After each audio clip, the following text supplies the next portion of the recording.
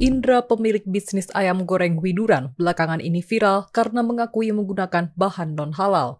Diketahui masyarakat dihebohkan dengan fakta mengejutkan tentang ayam goreng Widuran yang ada di kota Solo, Jawa Tengah. Puluhan tahun berdiri, ternyata kuliner yang sudah banyak penikmatnya tersebut tidak halal. Salah satu pegawai warung ayam Widuran, Ranto, menerangkan bahwa kremesan buatan mereka mengandung bahan non-halal. Ia telah menjalankan bisnis ayam goreng Widuran selama puluhan tahun. Indra dikenal sebagai pemilik sekaligus pengelola ayam goreng Widuran Solo. Berkat kegigihannya dalam menjaga cita rasa dan kualitas, restoran ini tidak hanya bertahan lama, tetapi juga berhasil memperluas jangkauannya hingga ke Pulau Bali. Resep ayam goreng khas Widuran diwariskan secara turun-temurun dalam keluarga Indra. Ia mempertahankan keaslian resep tersebut untuk menjaga rasa autentik yang menjadi ciri khas restoran ini. Komitmen inilah yang menjadikan ayam goreng Widuran sebagai ikon kuliner khas Solo yang digemari lintas generasi. Tidak hanya fokus pada rasa, Indra juga memperhatikan kualitas pelayanan serta suasana makan di restorannya.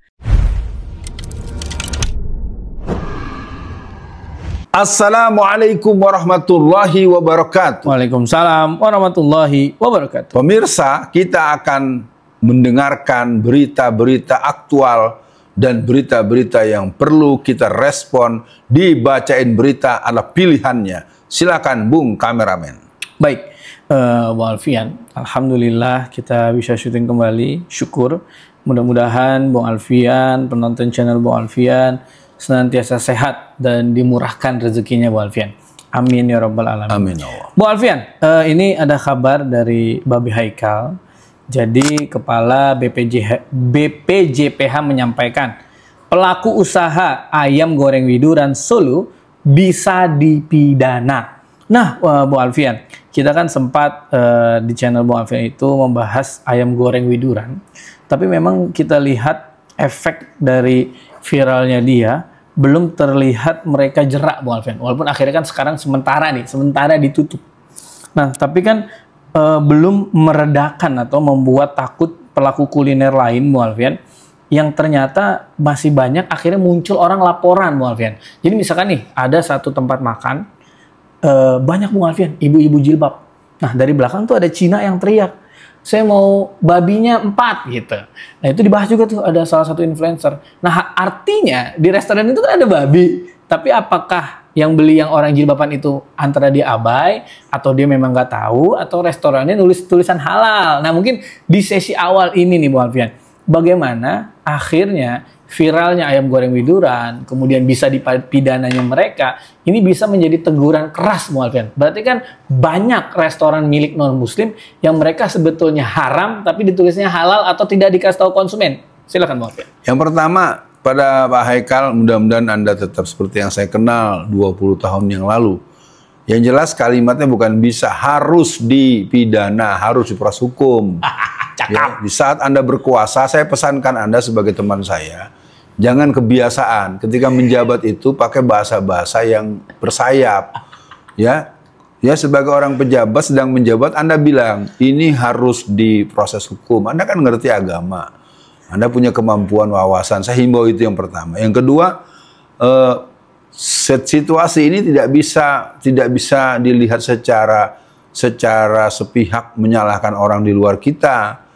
Karena juga di kita ini juga ada yang masyarakat yang permissiveness gitu. Betul. Masyarakat yang positive thinking dalam artian walaupun haram bodoh, yang penting duitnya gue yang beli. Betul. Mau haram mau enggak orang gue bayar sih. Nah, itu pandangan-pandangan seperti itu yang menyepelekan halal dan haram. Saya himbau buat kaum muslimin, orang-orang yang mengerti hakikat keimanan. Imam Al-Ghazali mengatakan siapa orang yang membiasakan dengan yang haram, pertama, dia akan menjadi orang yang malas beribadah. Yang kedua, dia cenderung tidak mau menerima nasihat kebenaran. Yang ketiga, dia akan membanggakan dan mempublikasikan kebejatan dan dosa-dosa yang dilakukan. Artinya dia bangga dengan dosa-dosa. Nah, jadi sekali lagi untuk respon awal, Bapak Haikal Hasan, tolong jangan bilang bisa, harus dipidana, harus ditangkap gitu. Dan kemudian tambah kalimat berikutnya, juga diadakan pengecekan, ayo lakukan inspeksi, jangan formalitas.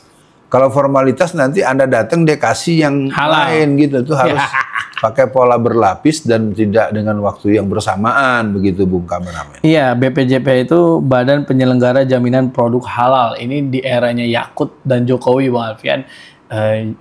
Yang melegitimasi halalnya MUI, Bang Alfian. Akhirnya kan membuahkan hasil buruk kan, seperti ayam goreng widuran ini. Artinya harusnya ya, Babe Haikal langsung sampaikan, kita BPJPH merekomendasikan ini untuk segera dipidanakan, gitu kira-kira. Yeah. Yang mungkin ya itulah yang Bu Alfian sampaikan, umat Islam ketika menjabat menggunakan kata-kata yang bersayap. Nah, ini saya bacakan dulu. Sehubungan dengan kasus ini, ya, masyarakat yang merasa dirugikan bisa melakukan class action. Dan apa yang dilakukan oleh daripada ayam goreng widuran Solo ini, sebenarnya kita apresiasi ketika dia mengumumkan penggunaan minyak babi. Tapi pertanyaan berikutnya adalah, kenapa baru sekarang?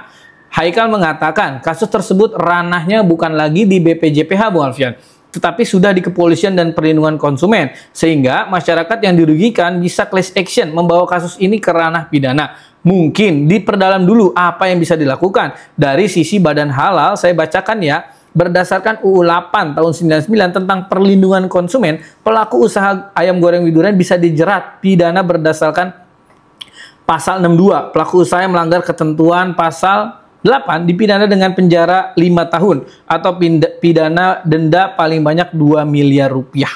Nah, Bu Alfian, memang yang agak kita perlu pahami, jadi orang kafir itu mindset halalnya itu beda dengan kita, Bu Alfian. Jadi kan kalau orang kafir tuh banyak komen, ya udah sih kriuknya doang yang haram, pisahin aja.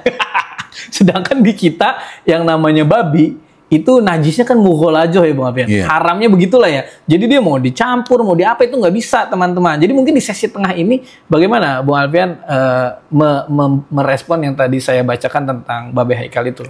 Ya kalau menurut saya yang pertama harus dipahami dulu, kita sebagai masyarakat mayoritas muslim, kaum pribumi muslim, jadikanlah halal dan haram itu sebagai warning dan sebagai alarm. Anda jangan, ya kan seperti tadi diceritakan, lagi makan rame-rame lalu ada yang teriak pesan babi 4, itu kan berarti yang duduk di situ kan ngedenger. Betul. Harusnya mereka langsung berhenti gitu.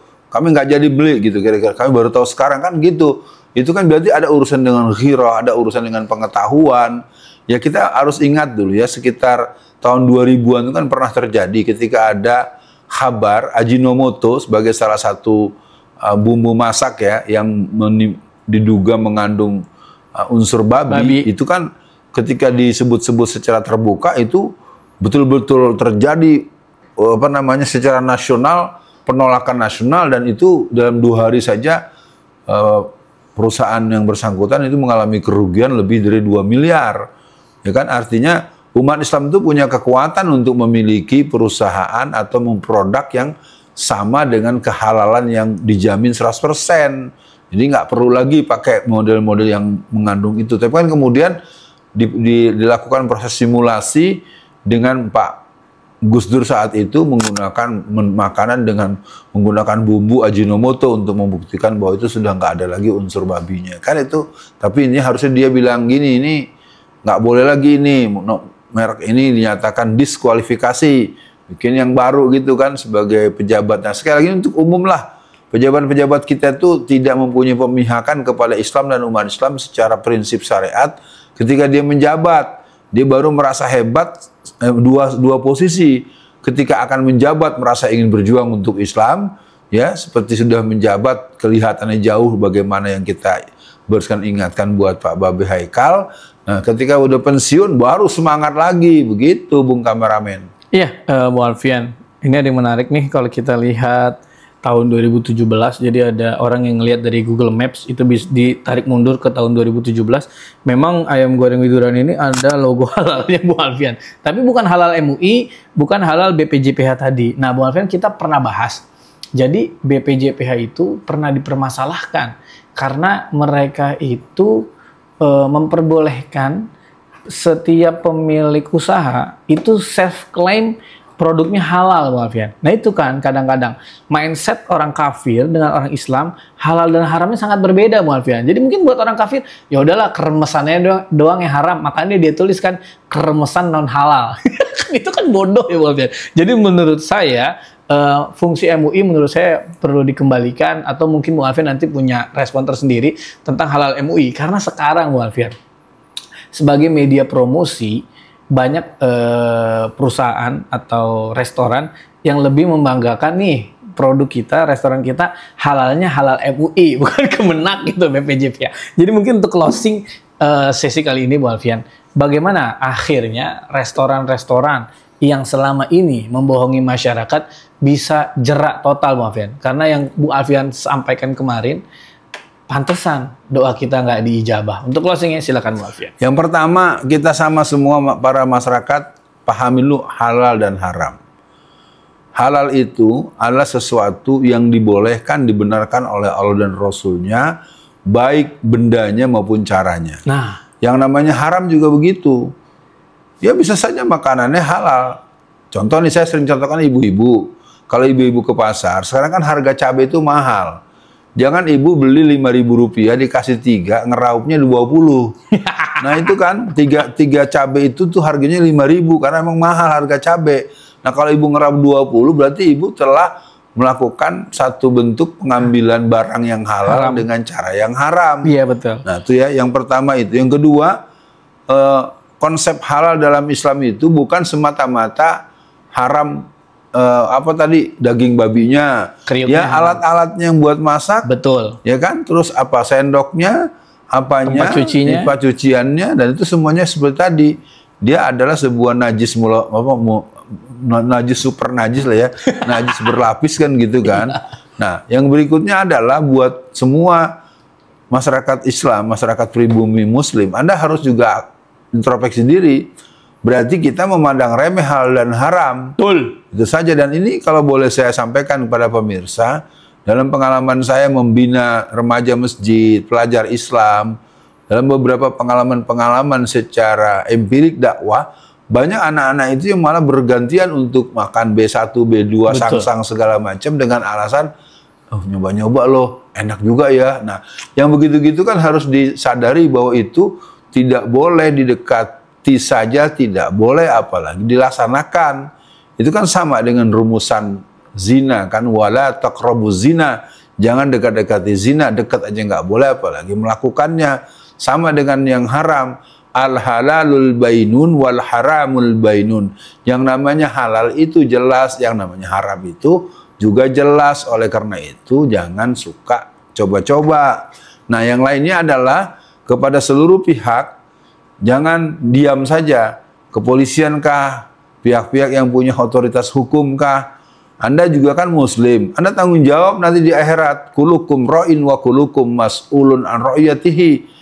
Sehingga kalau Anda tidak mempedulikan perihal ini, Anda nanti akan kena yaumul masyar dengan kemarahan malaikat yang akan menggebukin Anda dulu sebelum kemungkinan Anda masuk surga juga. Assalamualaikum warahmatullahi wabarakatuh.